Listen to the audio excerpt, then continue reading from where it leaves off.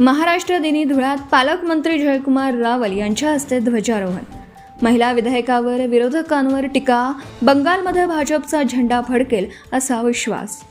महाराष्ट्र दिनाच्या औचित्यानं धुळे शहरातील पोलीस मुख्यालयाच्या मैदानावर मुख्य शासकीय ध्वजारोहण सोहळा उत्साहात पार पडला. पालकमंत्री जयकुमार रावल यांच्या हस्ते ध्वजारोहण करण्यात आलं. यावेळी त्यांनी धुळेकर नागरिकांना महाराष्ट्र दिनाच्या शुभेच्छा देत राज्याच्या प्रगतीसाठी एकत्रित प्रयत्न करण्याचं आवाहन केलं. सोहळ्यादरम्यान पोलीस दलातील विविध विभागांचे शिस्तबद्ध पथसंचलन पार पडलं. या संचलनाने उपस्थित नागरिकांचं लक्ष वेधून घेतलं.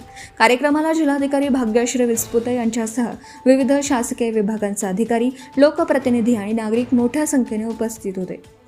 यावेळी बोलताना मंत्री रावल यांनी संसदेत मांडण्यात आलेल्या महिला विधेयकाच्या मुद्द्यावर विरोधकांवर जोरदार टीका केली. या विधेयकामुळे देशभरातील कोट्यावधी महिलांना राजकारणात प्रवेशाची संधी मिळाली असती, मात्र केवळ राजकीय विरोधासाठी काही पक्षांनी घेतलेली भूमिका चुकीची असल्याचं त्यांनी स्पष्ट केलं. सामान्य कुटुंबातील महिलांनाही राजकारणात येण्याचा समान अधिकार असून फक्त मोठ्या घरातील मुलींनाच संधी का, असा सवालही त्यांनी उपस्थित केला. तसेच विरोधकांनी पुढे येऊन हे विधेयक मंजूर करण्यासाठी सहकार्य करावं असं आवाहन त्यांनी केलं. दरम्यान पश्चिम बंगालच्या राजकारणावर भाष्य करताना रावल यांनी ममता बॅनर्जी यांच्या सरकारवर टीका केली. राज्यात दडपशाहीचं वातावरण असून कायदा सुव्यवस्थेची परिस्थिती चिंताजनक असल्याचा आरोप त्यांनी केला. नागरिकांना मुक्तपणे मतदानाची संधी मिळाल्यास पश्चिम बंगालमध्ये भारतीय जनता पक्षाचा झेंडा नक्कीच फडकेल असा ठाम विश्वास त्यांनी व्यक्त केला. एकूणच महाराष्ट्र दिनाचा हा सोहळा देशभक्तीच्या वातावरणात पार पडत असतानाच राजकीय घडामोडींवरही मंत्री रावल यांनी आपली ठाम भूमिका मांडत विरोधकांवर निशाणा साधला. मुख्य संपादक जतीन बोरसे, JBTV न्यूज, शिंदखेडा, धुळे. सर्व राष्ट्रपुरुष, सर्व महापुरुष यांना विनम्र अभिवादन करतो. जय जय महाराष्ट्र माझा, गरजा महाराष्ट्र माझा. जय जय महाराष्ट्र माझा, गरजा महाराष्ट्र माझा. भीती नामा तुझी मुळी ही गडगडणाऱ्या नभा. आसमानाच्या सुलतानीला जवाब देती जिबा. सह्याद्रीचा सिंह गर्जतो शिवशंभू राजा. दरी दरीतून नाद गुंजला महाराष्ट्र माझा. जय जय महाराष्ट्र माझा, गरजा महाराष्ट्र माझा. असे कवी राजा बडे यांनी म्हटलं आहे. आणि महायुती सरकारच्या काळातच या गीताला राज्यगीताचा दर्जा देण्यात आला. आपल्या महाराष्ट्राला सह्याद्री, सातपुडा, डोंगर यांच्या या रांगासह पश्चिमेला विस्तृत समुद्र किनारा लाभला आहे.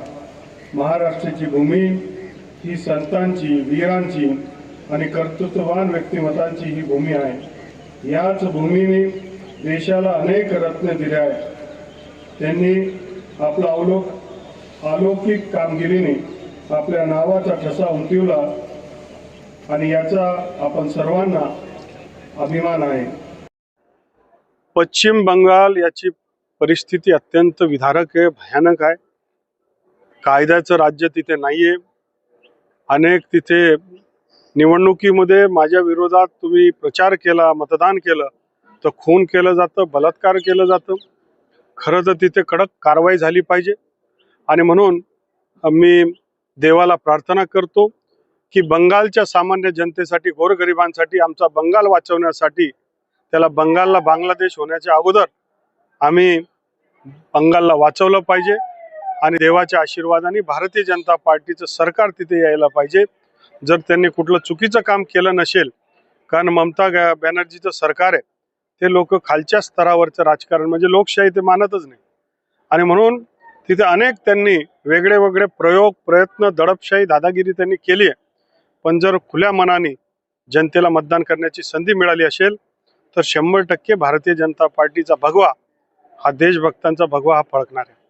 आम्हाला या आनंदाच्या प्रसंगी दुःख झालं की पार्लमेंटमध्ये ज्यावेळेस आमच्या लाडक्या बहिणी, हजारो लाडक्या बहिणी या महिला विधेयकाचं वाट पाहत होते, त्यावेळेस केवळ राजकारणामुळे केवळ हे श्रेय भाजप सरकारला मिळेल, या छोट्याशा म्हणजे असं वास्तविक राजकारणामध्ये व्हायला नको पाहिजे. तर देशहिताचा विचार झाला पाहिजे होता. जवळपास 50-60 कोटी आमच्या भगिनी आहेत. त्यांना कधी आमदार, खासदार म्हणण्याची संधी मिळेल? कोणी मोठ्या बापाची मुलगी आहे म्हणूनच त्यांना संधी मिळेल का? सामान्य आमच्या भगिनींना न्याय मिळणार नाही का? आणि म्हणून आमच्या सामान्य भगिनींना सुद्धा आमदार खासदार बनण्याची संधी मिळाली पाहिजे. महिला विधायकाला अजून सुद्धा वेळ गेली नाहीये. पुन्हा पवित्र मन करून या विरोधी पक्षांनी पाठिंबा दिला पाहिजे आणि त्या माध्यमातून महिलांना सशक्तीकरणाची एक संधी दिली पाहिजे अशी विनंती मी करतो. आपल्या परिसरातील महत्त्वाच्या बातम्या पाहण्यासाठी आजच आमच्या JBTV न्यूज चॅनलला YouTube वर सबस्क्राईब करा आणि बेल आयकॉन प्रेस करा.